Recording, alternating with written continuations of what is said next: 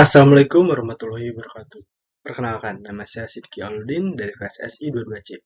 Di sini saya akan mempresentasikan atau menyampaikan mengenai sampling dan konvolusi. Yang pertama, apa itu sampling? Sampling merupakan proses mengubah sinyal analog yang berbentuk sinyal waktu kontinu menjadi sinyal waktu distrik untuk mendapatkan sinyal waktu distrik yang mampu mewakili sifat sinyal aslinya. Proses sampling harus memenuhi syarat Nyquist. Apabila proses sampling tidak sesuai dengan syarat tersebut, maka akan terjadi aliasing sinyal. Nah, di sini ada gambar aliasing sinyal. Syaratnya yaitu Fs lebih dari 2. Fs itu frekuensi sampling. F itu frekuensi sinyal informasi yang akan disampel. Pada sebuah sinyal analog seperti sinusoidal, frekuensi berasal dari frekuensi informasi dibagi dengan frekuensi sampling.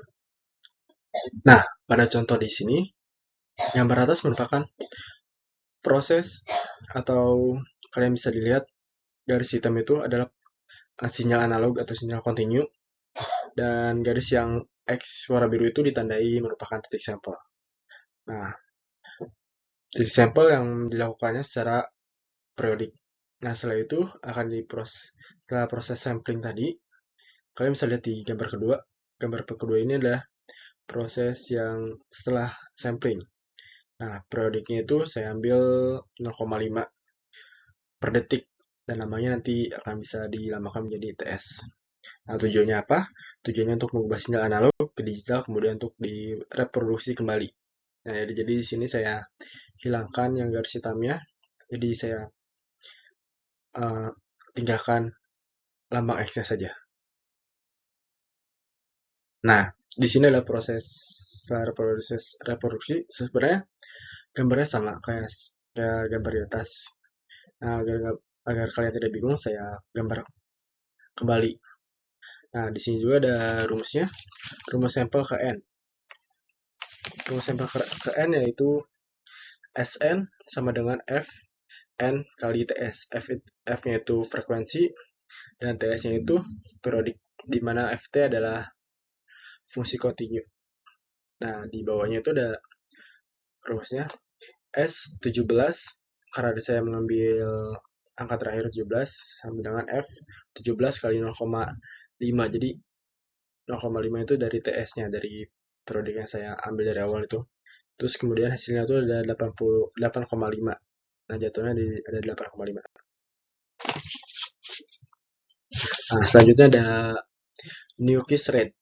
Nyquist rate menyatakan agar tidak ada informasi yang hilang ketika pencuplikan sinyal, maka kecepatan pencuplikan harus minimal 2 kali dari lebar pita sinyal tersebut. Selain itu, frekuensi sampling juga harus minimum 2 kali lebih besar dari frekuensi maksimum sinyal. Nah, di sini ada contoh lagi. Fs sama dengan 2 kali Ft. Jadi frekuensi sama dengan 2 kali fungsi kontinu. Nah, jika fungsi kontinunya kita ambil 1 Hz, 1 Hz bisa dinamakan satu proses. Kalau misalkan frekuensinya 2 Hz, bisa proses samplingnya bisa 2 kali lebih dari yang pertama. Nah, di sini ada contohnya juga. Contoh khas frekuensi dan lajunya quiz untuk menghindari aliasing. Laju pengambilan sampel harus tidak kurang dari laju sinyal quiz, yaitu laju sinyal quiz harus di bawah 2 kali lipat frekuensi pengambilan sampelnya quiz. Dan selanjutnya ada apa itu konvolusi? Konvolusi adalah salah satu cara matematis untuk mengkombinasikan dua sinyal linear time invariance, bisa dinamakan LTI, untuk membentuk sinyal baru. Konvolusi juga merupakan suatu proses matematis yang digunakan untuk menggabungkan dua fungsi atau sinyal menjadi satu sinyal baru. Secara matematis, konvolusi adalah integral yang mencerminkan jumlah lingkupan dari sebuah fungsi A yang digeser atas fungsi B menghasilkan fungsi C. Konvolusi dilambangkan dengan asteristik atau tanda bintang, sehingga A tanda bintang, atau bisa kalian sebut atau kali B sama dengan C. Berarti fungsi A dikonvolusikan dengan fungsi B menghasilkan fungsi C. Nah, di sini ada konvolusi dari dua fungsi A dan fungsi B dengan rentang terbatas 0,1 diberikan oleh A kali B sama dengan A buka kurung T, B buka kurung T dikurang T lagi tutup kurung DT. Nah, di bawahnya dan bila secara distrik maka rumusnya menjadi C buka C K sama A buka kurung K B K dikurang N. Nah, di sini ada contoh lainnya atau ada contoh soalnya. Di sini ada dua buah gambar. Yang gambar awal itu FT. FT itu merupakan frekuensi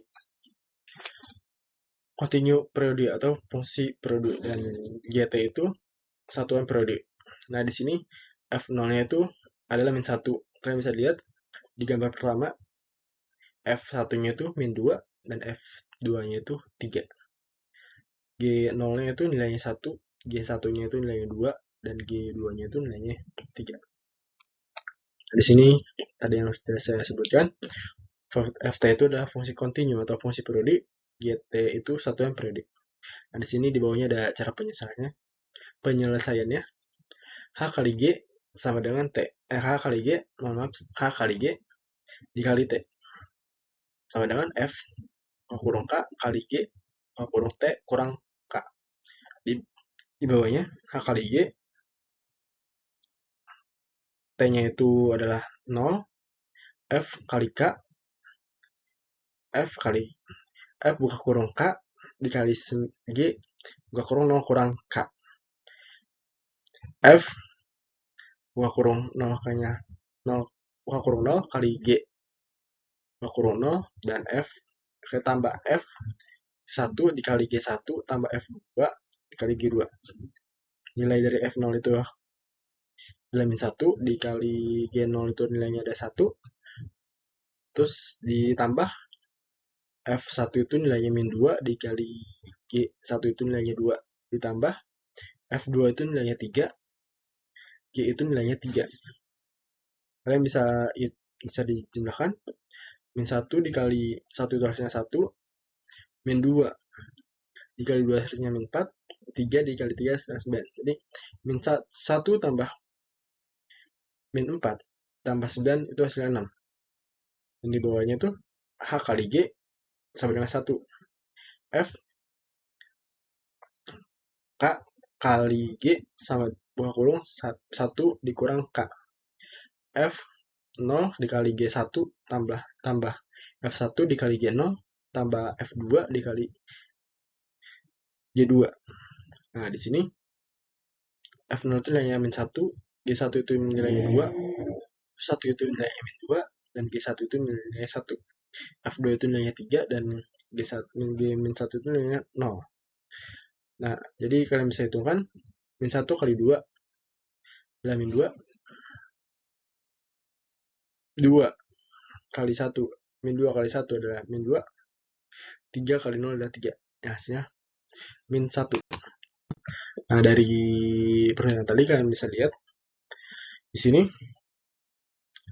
titik yang pertama itu titik nolnya itu ada di 6, jadi kalian bisa tarik garis ke angka 6. Titik yang keduanya itu yang 1, nilainya 1 itu berada di min 1, dan titik terakhir itu yang duanya ada di min 2. Sekian dari presentasi saya, mohon maaf apabila ada kekurangannya. Wassalamualaikum warahmatullahi wabarakatuh.